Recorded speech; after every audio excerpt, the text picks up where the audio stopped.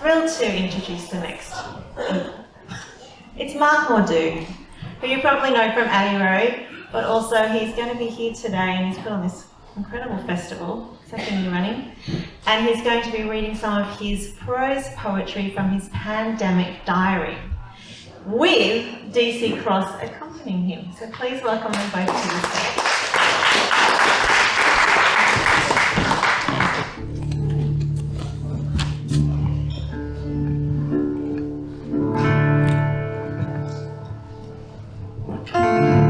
Thanks for having me. I don't think I have to tell anyone that it's been a strange time. This first one I want to read is called My Lucky Boxing Day. Before I start, I just want to say thanks to DC Cross for diving in. We have not rehearsed at all. It is truly improvised. Somewhere between the zone of imagination and panic, I would say, getting here. But this one's called My Lucky Boxing Day. I wrote it on Boxing Day, December 26th, obviously, just last year. And it's about me having to go to hospital, thinking that I was in big trouble. Okay, yeah.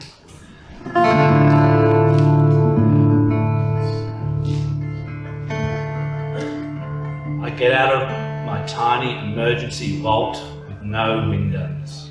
I rise from my tilted chair. The news stays with me from the Royal Prince Alfred to an Ashfield station telephone booth. Each space and echo chamber, a reminder of the day's beginning.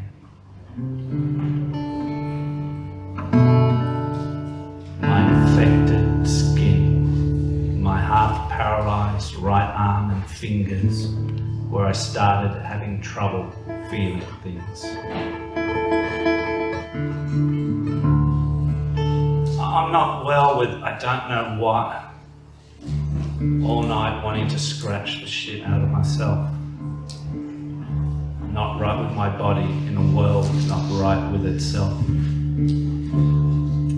I get a bus to the hospital, not knowing how long I might end up being there.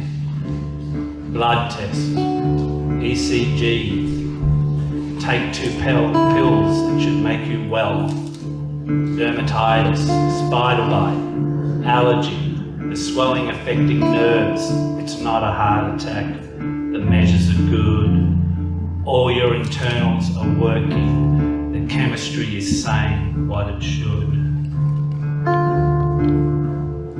My doctor turns out to be a fan of my writing.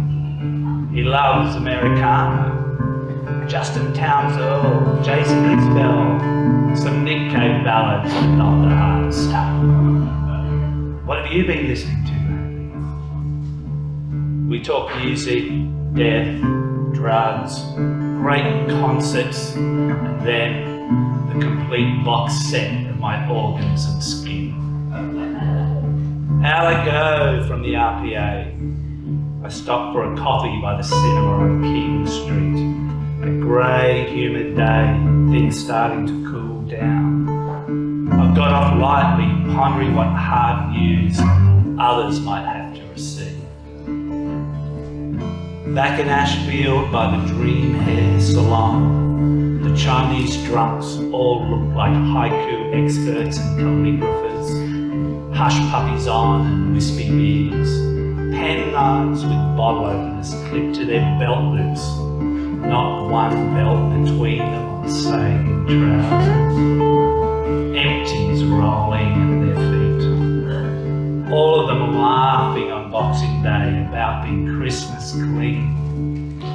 When they try to stand, they make me think of figures dancing in a ghost story. All of us a little out of our skin.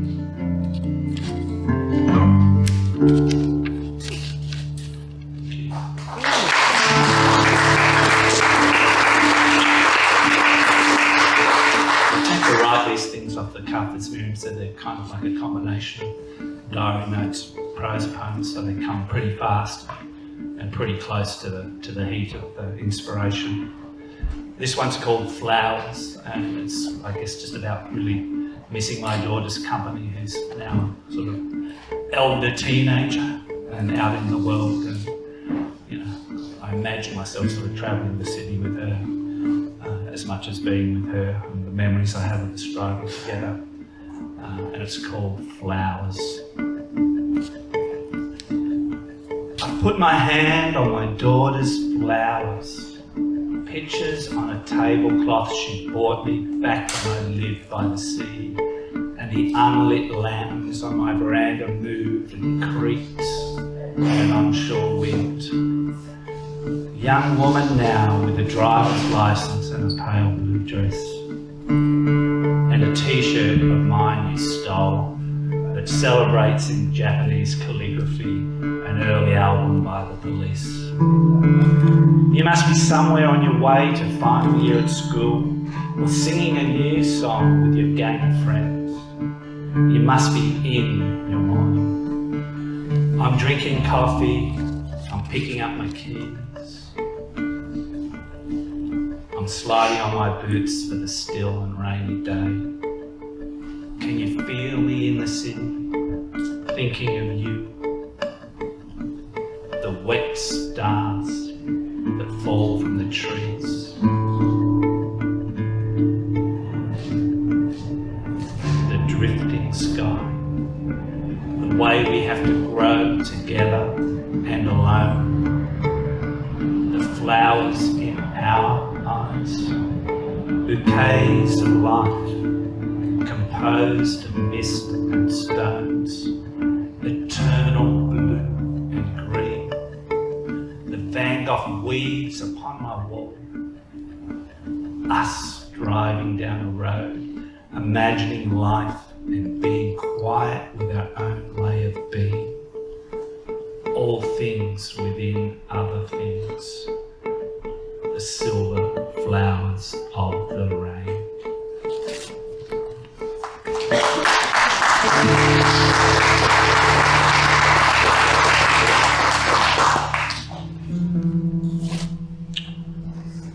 This is slightly longer maybe, so it might be our last little piece of magic. A lot of these poems and prose notes sort of seem to kind of live halfway between the outer world and my inner one, and sometimes you kind of get carried away and go some other place altogether. It's called Getting the Treasure Home. I look out my window, sky calls rain and rain again, down and down. Sky bleeds on us. Sky, stop bleeding. My son has gone to the supermarket. Bread, chocolate, I don't know what else he will bring. Van Morrison on the stereo, singing about William Blake and the Turtles. I feel like I could fall off the end of history into some spirit world singing that song. Sky, stop bleeding. What is wrong with the world? I see a cathedral, dirty brick, stained glass, a window image of a woman holding a child, saviour to the world, war victim, news item, refugee. Paintings and photojournalism get mixed up in my mind. I go looking in my library for a collection of poems by a deaf poet from the Ukraine. Their tales of puppetry and sex and violence and invasion. This story's at least as old as a century. Violence will always meet violence, and taste its necessary satisfaction, win or lose. I start singing again to the record playing in my home. Something about the real soul and the West Coast and a river at night, blowing my mind and on and through to other dimensions. I want to set out on a voyage. I want to come back with a grand story. A story that turns in people's minds and hearts like a frightening but true key. How many stories like that have there been? History eats its own stories and tells them again anyway. The sky will not stop bleeding. Not for me, not for you. I have to sail on anyway, now that I have started my journey. Covered in rain, a sheet of water like a second skin. I am 9 other lives coming through my own. A man with a missing hand on a North ship across the Atlantic. A bitter cold sharpness on my good hand. A female composer rushing to save my lover from an execution in St. Petersburg. I am slipping on the ice that covers the cobblestones. I cannot get there. A boy making a circle of stones on a green hill. A hawk circling above me. I am being called. A father coming home from a late night shift at a steel factory, smelling of sweat and burnt metal, faking my happiness. I've got to stand up. A woman with an orange in a Beijing hooked hiding it in my pocket till I can bite into it deep when I get in my bedroom. The half-sour age-rotten sweetness of it against my starvation. The sky is bleeding time and other lives all over me. Indivisible realities. Stop the sky. Stop the war. Stop the planet murder now. I'm headed into this world of murder and magic, full of wonder at the most beautiful and unbearable suffering I have partaken of to begin my new life now. I am sailing on, my ship full of treasure that belongs to others. I carry their cargo within me. Don't try to stop me. Don't try to stop me. I have got to get this treasure home.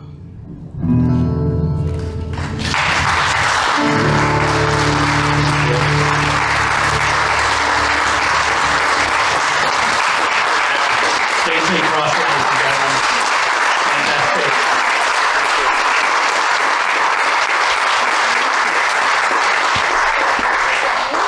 It's in the paperweight, isn't one of your books?